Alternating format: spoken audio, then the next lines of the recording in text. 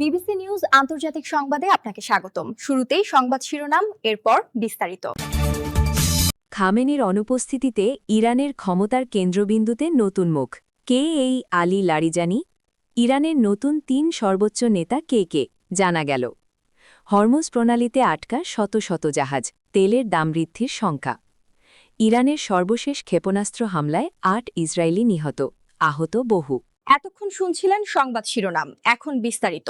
আপনি যদি মুসলিমদের পাশে থাকতে চান তাহলে ভিডিওতে লাইক করে চ্যানেলটি অবশ্যই সাবস্ক্রাইব করে দিবেন এবং কমেন্টে জানিয়ে দিবেন আপনার মূল্যবান মতামত। এখন বিস্তারিত। খামেনির অনুপস্থিতিতে ইরানের ক্ষমতার কেন্দ্রবিন্দুতে নতুন মুখ। কে এই আলী লারিজানি? ইরানের সর্বোচ্চ নেতা আয়াতুল্লাহ আলী খামেনি বিমান হামলায় নিহত হওয়ার পর তেহরানের ক্ষমতার ভারসাম্যে বড় ধরনের পরিবর্তনের ইঙ্গিত মিলছে। এই প্রেক্ষাপটে অভিজ্ঞ রাজনীতিক আলী লারিজানি রোববার ঘোষণা দিয়েছেন দেশে একটি অস্থায়ী পরিচালনা পরিষদ গঠন করা হবে। বিশ্লেষকদের মতে নেতৃত্বে শূন্যতা তৈরি হওয়া এই সংকটময় মুহূর্তে লারিজানি দ্রুতই ক্ষমতার কেন্দ্রবিন্দুতে উঠে এসেছেন। গত ১ বছরে ইরানের নিরাপত্তা ও কৌশলগত নীতি নির্ধারণে লারিজানির প্রভাব দৃশ্যমানভাবে বেড়েছে। পারমাণবিক আলোচনা, আঞ্চলিক সম্পর্ক এবং দেশজুড়ে বিক্ষোভ দমনে তিনি গুরুত্বপূর্ণ ভূমিকা পালন করেছেন। গত আগস্টে সুপ্রিম ন্যাশনাল সিকিউরিটি কাউন্সিলের SNSCর সচিব হিসেবে দায়িত্ব পাওয়ার পর তিনি খামেনির বিশ্বস্ত কৌশলবিদ হিসেবে পরিচিতি পান। সম্প্রতি ওমানে যুক্তরাষ্ট্রের সঙ্গে পরোক্ষ পরমাণু আলোচনায় অংশ নেওয়া এবং রাশিয়ার সঙ্গে নিরাপত্তা সম্পর্ক জোরদারে একাধিকবার মস্কো সফর, সব মিলিয়ে তিনি ইরানের কূটনৈতিক ও নিরাপত্তা অঙ্গনে সক্রিয় মুখ হয়ে ওঠেন।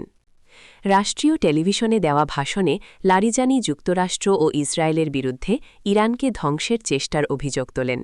তিনি সতর্ক করে বলেন, কোনো বিচ্ছিন্নতাবাদী গোষ্ঠী পরিস্থিতির সুযোগ নিতে চাইলে কঠোর জবাব দেওয়া হবে।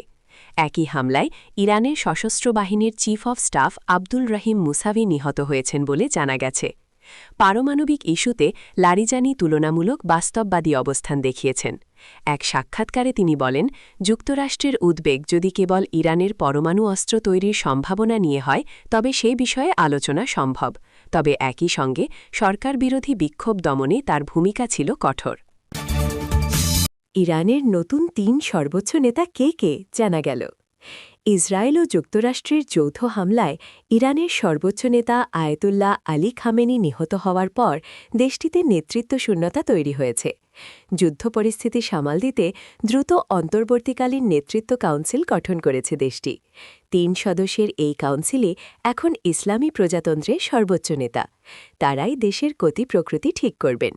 কাউন্সিলে স্থান পাওয়া ব্যক্তিরা হলেন দেশটির প্রেসিডেন্ট মাসুদ পেজেশকিয়ান, সুপ্রিম কোর্টের প্রধান বিচারপতি গোলাম হোসেন মোহসেনি এজেই, দেশটির গার্ডিয়ান কাউন্সিলের সদস্য ও প্রখ্যাত আলেম আয়াতুল্লাহ আলী রেজা আরাফি।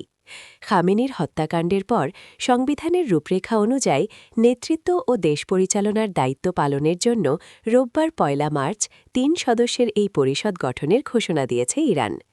ইরানের এক্সপেরিয়েন্সি ডিসার্নমেন্ট কাউন্সিলের মুখপাত্র মোহসেন দেহনাই এক্সের এক পোস্টে জানান, অ্যাসেম্বলি অফ এক্সপার্টস বিশেষজ্ঞ পরিষদ যত দ্রুত সম্ভব একজন স্থায়ী নেতা নির্বাচনের প্রক্রিয়া চলাকালীন নেতৃত্বের ধারাবাহিকতা নিশ্চিত করতে পরিষদ আরাফিকে তাদের ধর্মীয় প্রতিনিধি হিসেবে নির্বাচন করেছে। হরমুজ প্রণালীতে আটকা শত শত জাহাজ, তেলের দাম বৃদ্ধির শঙ্কা। ইরানের ওপর যুক্তরাষ্ট্র ইসরায়েলের বহবাহু বিমান হামলার পর বিশ্বের অন্যতম গুরুত্বপূর্ণ জ্বালানি সরবরাহ রোড হরমুজ প্রণালীতে অচলাবস্থা তৈরি হয়েছে। জাহাজ চলাচলের তথ্য অনুযায়ী এই কৌশলগত জলপথের ২ প্রবেশমুখে শত শত জ্বালানি তেল ও তরলীকৃত প্রাকৃতিক গ্যাস LNG বহনকারী জাহাজ আটকা পড়ে আছে।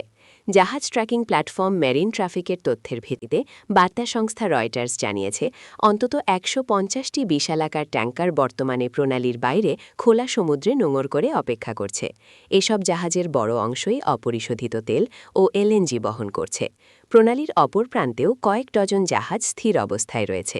শিপিং বিশ্লেষকদের মতে শনিবার সকালে ইরানে মার্কিন ইসরায়েলি হামলার পর পুরো অঞ্চল নতুন করে যুদ্ধ ঝুঁকিতে পড়ায় এই পরিস্থিতির সৃষ্টি হয়েছে।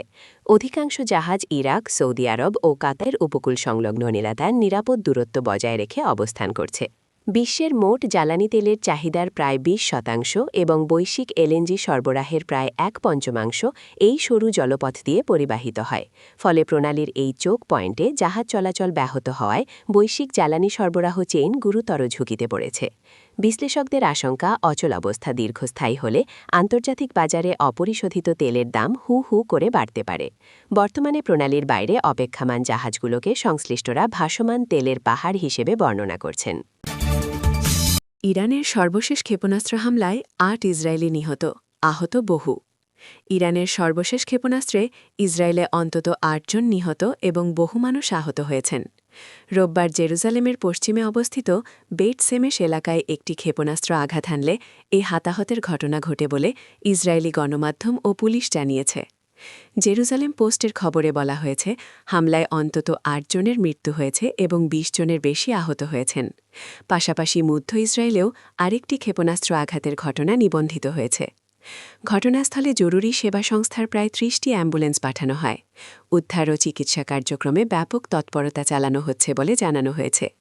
এদিকে আইডিএফ জানিয়েছে, হোম ফ্রন্ট কমান্ডের অনুসন্ধান ও উদ্ধারকারী দল, বিপুল সংখ্যক চিকিৎসাকর্মী এবং আহতদের সরিয়ে নিতে একটি হেলিকপ্টার ঘটনাস্থলে কাজ করছে। হামলার পর সংশ্লিষ্ট এলাকায় নিরাপত্তা জোরদার করা হয়েছে। পরিস্থিতি পর্যবেক্ষণ করছে আইনশৃঙ্খলা বাহিনী ও সামরিক কর্তৃপক্ষ।